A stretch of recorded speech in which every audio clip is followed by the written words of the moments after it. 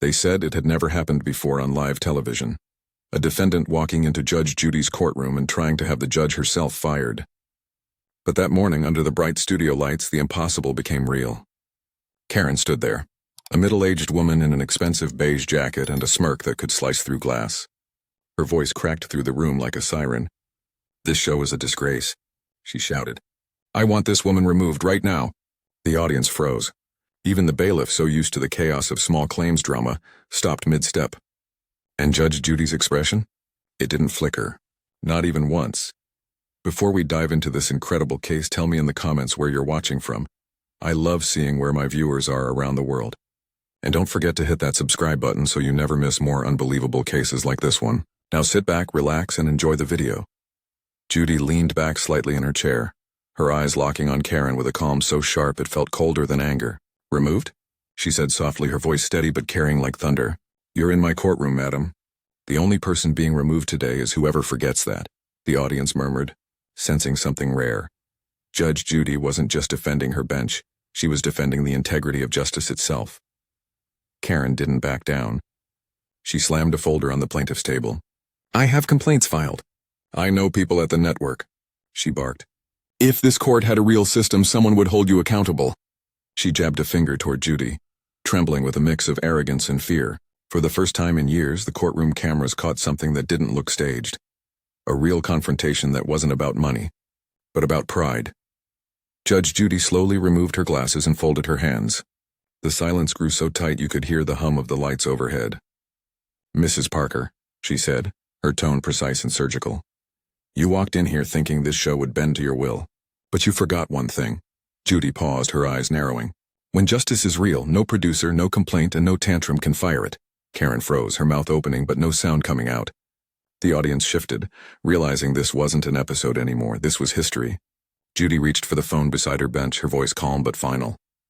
"Since you believe I answer to someone else," she said, dialing a number, "let's call the Chief Judge of Los Angeles County and confirm who runs this courtroom." The audience gasped. Karen went pale. She had walked in to humiliate Judy. But Judy had just turned the courtroom into a live reckoning. If you think Judge Judy's about to stay quiet, hit subscribe right now, because what she says next will silence the entire courtroom. The courtroom was electric. Every camera light blinked, every whisper felt amplified. Karen's confidence faltered for a split second, but her pride caught her before reason could. She scoffed, flipping her hair as if trying to reclaim control of the scene. "You think you can scare me by calling someone?"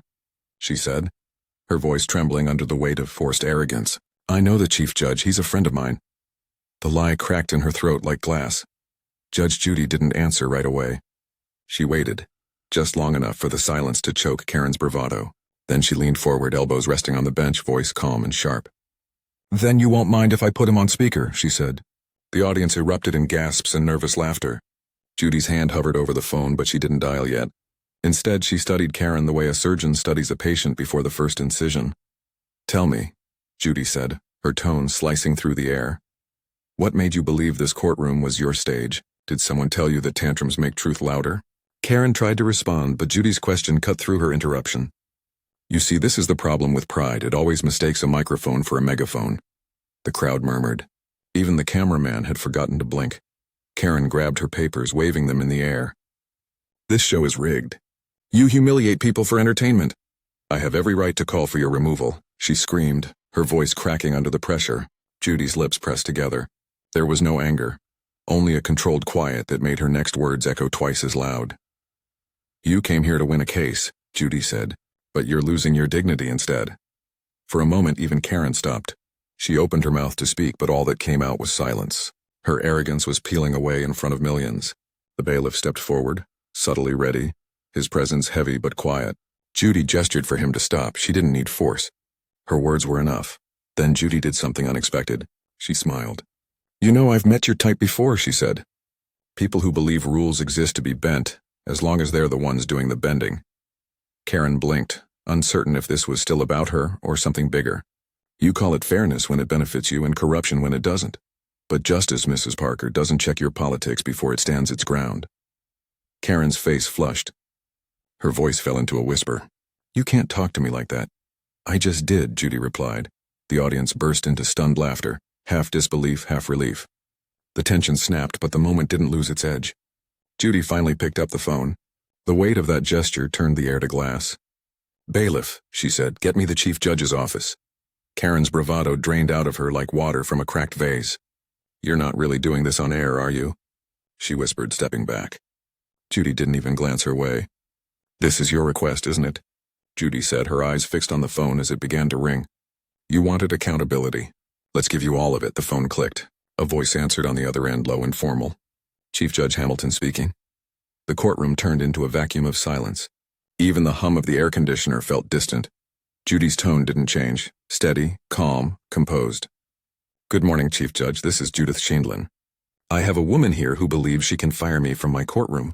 I told her we could settle that directly with you." The audience collectively gasped again. Karen's face went white. Her hand shook as the phone's speaker carried Hamilton's puzzled voice across the room. "Excuse me," he said. "Someone thinks they can remove you?" "Apparently," Judy said. Her eyes never left Karen. "Would you like to explain yourself, Mrs. Parker?" Karen stumbled forward, lips trembling. The cameras zoomed in. She looked small now, fragile, exposed, and desperately wishing she hadn't spoken. I just wanted to say the show was unfair," she stuttered. But the chief judge cut her off. "This isn't how the justice system works, ma'am. You're out of line." The crowd exhaled as if they'd been holding their breath the entire time. Judy sat back, a subtle victory in her stillness. The lesson wasn't about power, it was about restraint. Karen slumped in her chair. The papers in her hand fluttered to the floor, meaningless now. And Judge Judy? She didn't smile, didn't gloat, she simply said, "Now that that's settled, let's return to your case." The audience erupted in applause. The courtroom cameras zoomed in one last time on Karen's face, a portrait of arrogance turned to regret. Judy adjusted her robe and looked toward the audience. "Court isn't where you come to demand power," she said. "It's where you learn who really has it." The applause slowly faded, but the echo of what had just happened lingered like thunder after lightning. Karen sat frozen, the sting of humiliation crawling across her skin. For years, she had built her identity on the illusion of control, talking over others, twisting truths, manipulating sympathy. But in front of Judge Judy, that illusion cracked in full view of millions. Judy didn't look at her right away. She was busy reviewing the papers that had fallen to the floor, calmly reshuffling them, the way a teacher might clean up after a misbehaving student. Then she said, without raising her head, "You know, Mrs. Parker, there's a difference between speaking your truth and mistaking noise for justice." The courtroom stayed silent. The bailiff watched from the side, his usual smirk replaced by quiet admiration. Karen opened her mouth, but her voice came out faint. "I was just trying to be heard." Judy finally looked up. "You were heard," she said. "You were given more airtime than most cases get in a week. But hearing and listening aren't the same thing. And what you wanted wasn't understanding, it was victory." Karen swallowed hard. She could feel every camera still aimed at her. The audience leaned forward, not out of cruelty but curiosity. They had just witnessed pride meet its consequence, and they couldn't look away. "Let me tell you something," Judy continued, her tone softer now but just as cutting. "Every time someone tries to make a spectacle out of justice, they remind us why integrity still matters. You don't fix the system by shouting at it. You fix it by standing in it even when it humbles you." Karen nodded faintly, but her eyes glistened. For the first time, the audience saw not defiance but confusion. A woman suddenly realizing she had turned her pain into performance.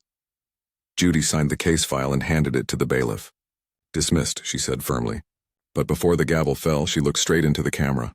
Her gaze steady, deliberate, almost personal. "There's a lesson here for anyone watching. You don't have to raise your voice to raise the truth." The gavel struck. The sound rippled through the studio. Karen lowered her head, the weight of silence louder than any verdict. As the credits rolled, audience members stood one by one, not in mockery, but in quiet respect for what they had just witnessed. Outside the courtroom doors, reporters were already gathering, microphones ready, waiting to turn the confrontation into tomorrow's headline. But Judge Judy didn't pause. She walked past them with the same calm she had shown on the bench. For her, it wasn't about winning. It was about reminding the world that justice never trembles before arrogance. And somewhere behind those glass doors, Karen Parker sat alone, replaying every word that had just stripped away her pride, realizing, perhaps for the first time, that silence can be the loudest answer of all. The clip of Judge Judy calling the chief judge spread like wildfire within hours. By the afternoon, social media was flooded with headlines. "Judge Judy puts arrogant defendant in her place and live on air." But inside the courtroom, Judy wasn't done yet. She had more to say, and she knew the lesson hadn't fully landed. Karen sat stiffly, trying to salvage some shred of control. Her eyes darted around, seeking sympathy from anyone who'd meet her gaze. But every face, audience, crew, even the bailiff, reflected the same quiet awe. She had underestimated the woman in front of her. What she saw now wasn't just a TV judge, it was the embodiment of principle. Judy leaned forward slightly. Her tone had changed. No longer sharp but steady and deliberate. "Mrs. Parker," she began, "when you shouted that this show was unfair, what you meant was that it didn't favor you. That's not injustice. That's accountability." Karen's throat tightened. "I just wanted respect," she muttered. Judy nodded slowly. "Respect is earned, not demanded. And you earn it not by noise but by grace when you lose." The courtroom was silent again. That holy kind of silence that only comes after truth has landed. Judy continued, her words pacing like a heartbeat. "I called the chief judge because you believed power could be borrowed. You thought if you threatened loudly enough, the world would bend. But the truth, Mrs. Parker, is that authority doesn't bend, it's carried." Karen's eyes watered. "Are you saying I was wrong to speak up?" she asked quietly. Judy softened. "No, I'm saying you spoke before you thought. There's a difference between courage and chaos. You chose chaos." The audience exhaled. The moment had shifted from confrontation to lesson. The cameras captured Karen's trembling hands, the papers now forgotten beside her.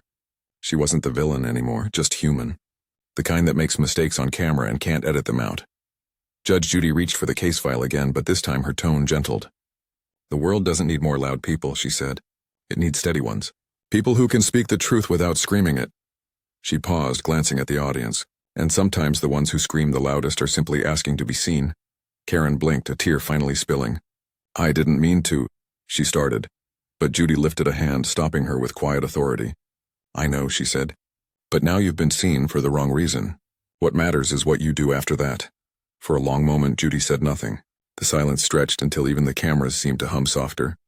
Then she closed the file. "Case closed," she said gently. "And maybe, Mrs. Parker, lesson opened." The courtroom applauded again, but softer this time. Not for victory, but for understanding.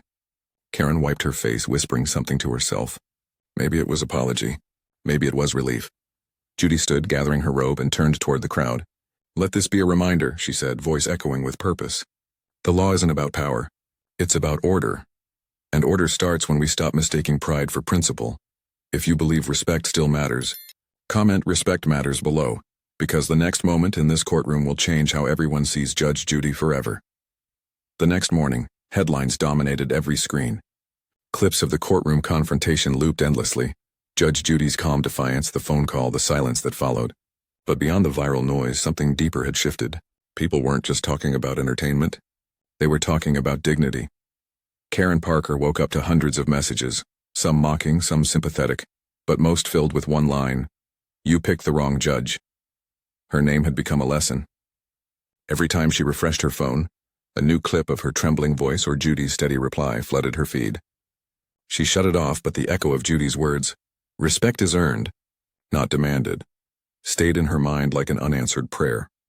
Meanwhile, Judge Judy sat in her dressing room, reading letters from viewers who saw in her not just a judge, but a reflection of balance in a world that had forgotten what it looked like. One letter came from a teacher in Ohio who wrote, "When she raised her voice, I saw my students. When you stayed calm, I saw what they could become." Judy folded the letter carefully and placed it inside her briefcase, not as a trophy, but as a reminder. Later that week, Karen appeared on a local talk show. Her tone was quieter now. "I went there to expose someone I thought was arrogant," she admitted. "But I ended up exposing myself. I thought being loud meant being strong. Turns out strength whispers." The host nodded, the crowd silent. For the first time, Karen wasn't performing. She was processing. Back in Los Angeles, Judy resumed filming, unaffected by the headlines but aware of their weight. On set, a new sign had been placed behind the cameras, words the crew had printed overnight. "Justice doesn't need applause to be heard." Judy smirked when she saw it, but said nothing. The message spoke for itself. During the next taping, Judy addressed the audience before the case began. "We all saw what happened last week," she said. "It wasn't about who was right or wrong. It was about what happens when pride meets patience. And patience wins." Applause filled the room, not the frenzied kind, but a steady rhythm of agreement. Even the bailiff, who'd seen hundreds of episodes, nodded in quiet pride. "You handled that like scripture," he whispered when the cameras cut. Judy chuckled softly. "No," she replied. "Like law. The real kind." That afternoon, Karen visited a community center in her hometown. She sat among volunteers sorting donation boxes, her hands trembling as she taped shut the flaps of a cardboard box labeled Veterans Relief. A woman beside her recognized her. "Aren't you the lady from that Judge Judy episode?" Karen nodded. The woman smiled kindly. "You handled it rough, but you came out real.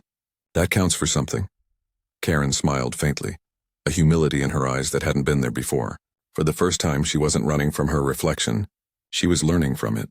And somewhere in another studio, Judge Judy signed off another episode, her gavel echoing softly. Less a sound of judgment, more a reminder of balance returning to the world. By the end of the week, the story had moved beyond television. It had become a cultural mirror. News panels debated it, morning shows dissected it, and millions of people online were still quoting Judy's line, "Respect is earned, not demanded." But what surprised everyone most wasn't Judge Judy.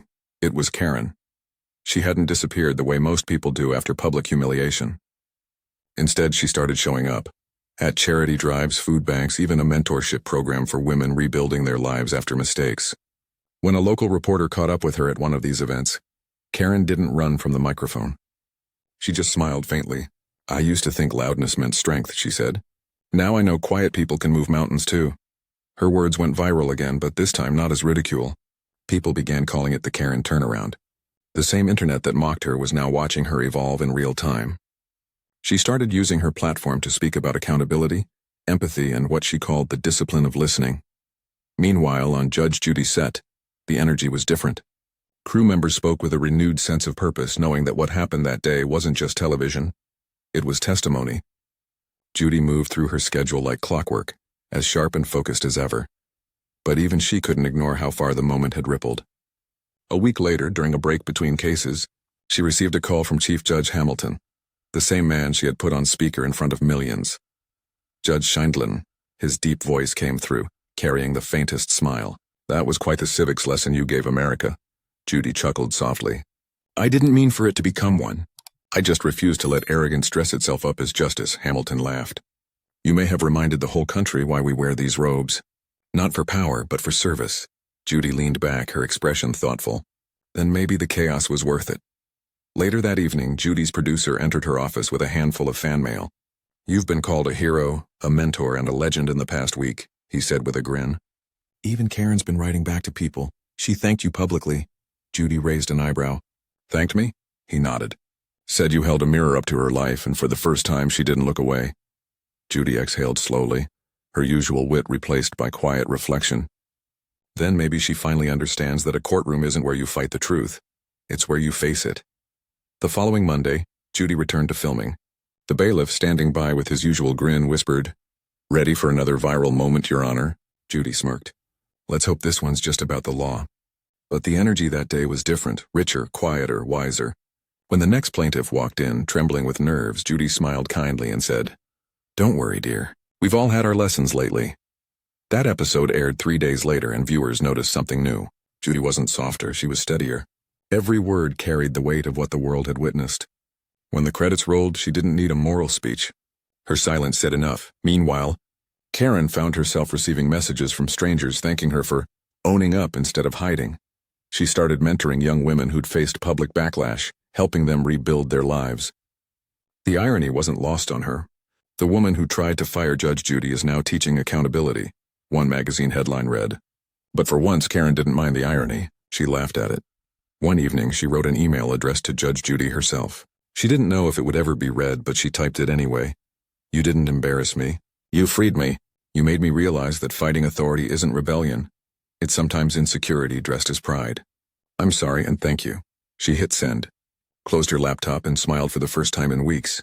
Not out of victory, but peace. And across town, as Judge Judy wrapped another episode, her assistant walked in holding an envelope. "This one's from Karen Parker," she said. Judy opened it quietly, reading the words with a faint smile. No cameras. No audience. Just a moment of truth between two women who finally understood each other. Judy folded the letter and whispered to herself, "Case closed." Weeks later, the world had moved on, but the story still lingered like a quiet echo in people's minds. Clips of the courtroom had faded from the trending pages, but the message had taken root in conversations, classrooms, and courtrooms alike. For Judge Judy, it was just another case in a long career of teaching through truth. But for Karen Parker, it had been the turning point of her life. On a cool Monday morning, the network arranged a follow-up interview. Judy agreed reluctantly at first. "I don't like reruns of justice," she'd said, but eventually smiled.